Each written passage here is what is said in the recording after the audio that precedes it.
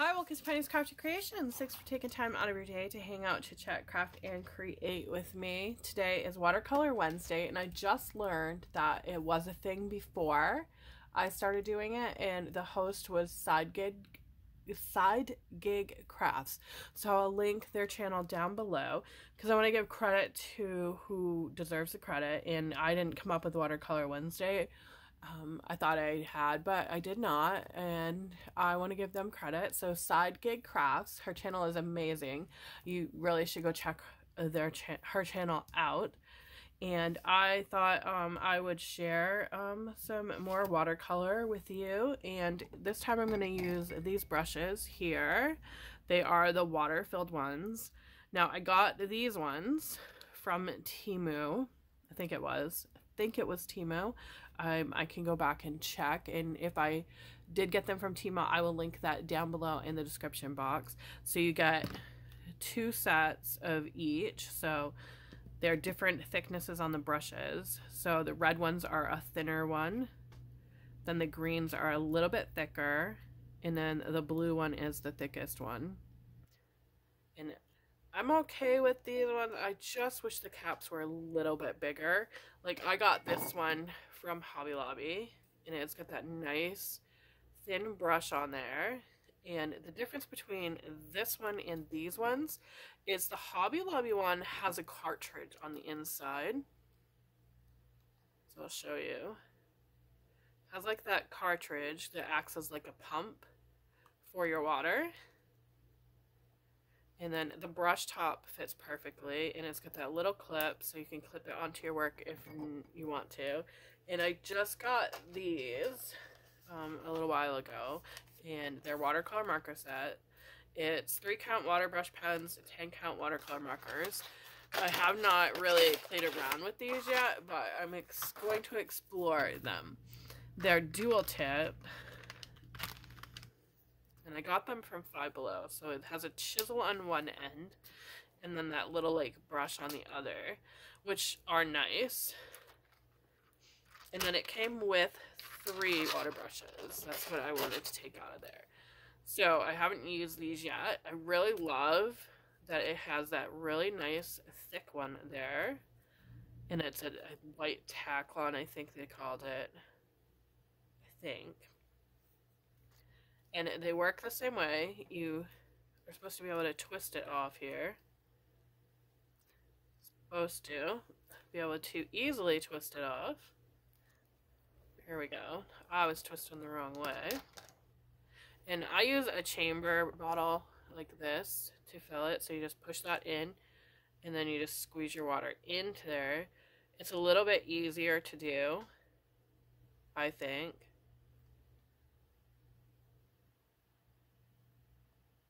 So you squeeze it in there, it fills that up perfectly, and then twist it back on. Apparently I was twisting the wrong way. And then the only thing I don't know about is that cover, where this is a flat brush, if it's going to work very well. But I do like that it's a nice brush. Get that on there. And then this one has that really tiny, like, thin line one. And it's already wet. Why is it wet? Did I use it already? Maybe I tried it out already. Or my husband. Maybe I used it? I don't know. I might have used it already. Fill it with water. I think I might have used it already. Or maybe my grandchild borrowed it. She's been known to use those. But I like that it's a smaller one here, and that fits perfectly on there. So that is nice, and you hear that click. And then it came with this one, which is like the ones I already have. Twist that. And I'm using a stencil as well for these. And I love this bottle. I got it from Hobby Lobby, which is, I think it was like $1.99 or something. Alright, so that one works good. I'm going to start with the small one because I really want more detail in this. And this is a stencil that I got from Hobby Lobby.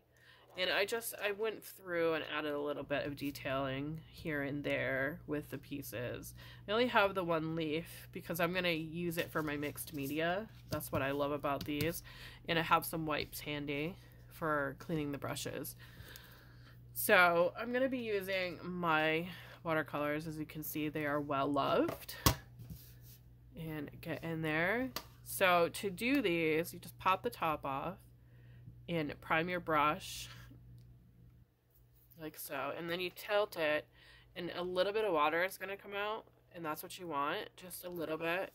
And choose your color, and I'm going to go with light colors. So I think I'm going to do some yellows. And you just put your water onto the color that you want, just like that. I squeeze the tip, and you're just going to brush it on your watercolor palette. Get it to where you want it. The thickness. I like my watercolors a little bit thick, so it's almost like I'm painting with an acrylic that's watered down. And then you're just going to go ahead and paint like you normally would. And you can also add more color, water, just by squeezing the chamber here a little bit, which is one of the features I love. And if you feel you have too much, just take that wipe and just dot it down, and it will remove that excess. And I love how it ends up looking when you do that. It gives it like a muted look, but it also gives that outline of your project. And then you can also come back in with your brush and add more color. Just by squeezing this is going to dilute it a little bit, and you can see that it was running down. So it will dilute what you have on your brush. I tend to use these more when I am doing like a messy watercolor. I use my other brushes more for these kind of things than doing like a neat one. But when I want like a almost out of the lines one, I use these more. So it gives that little bit of a look that you can see that it's watercolor. And this one here that came with the set that I got at Five Below works pretty good. It's got a nice detailing to it. And it holds the water really well. I have a lot of water that I squeezed out of that one.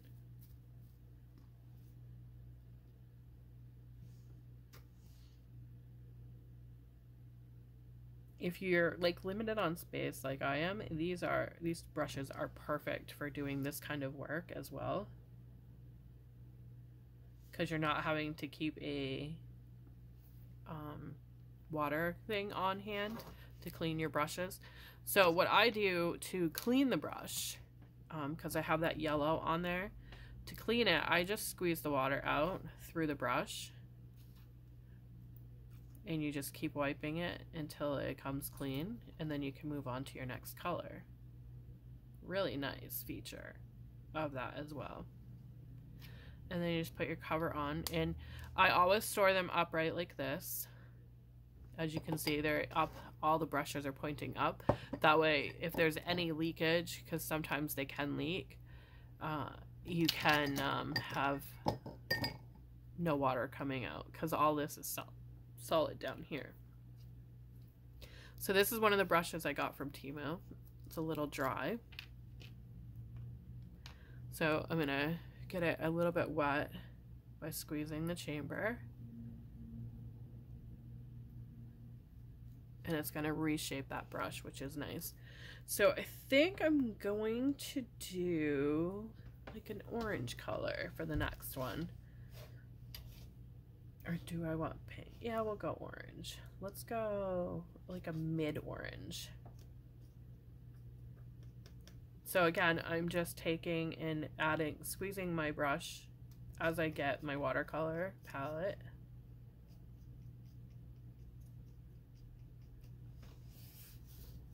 And just going through and adding as I go, squeezing the brush as well. And that's going to also add the water to my piece here. And I'm trying to stay in my lines. Trying. But I'm going to have it a little bit messy anyways, so I'm okay with it if it goes out. And I think I want to see what it looks like dabbed. Oh, I love that. Love the way that looks. I'm going to continue with that. Really, really pretty. Love the way that looked. I'm adding a little bit more water. And watercolor can take some time depending on the detailing that you want to do. Really any painting can take time. I really love the way that came out.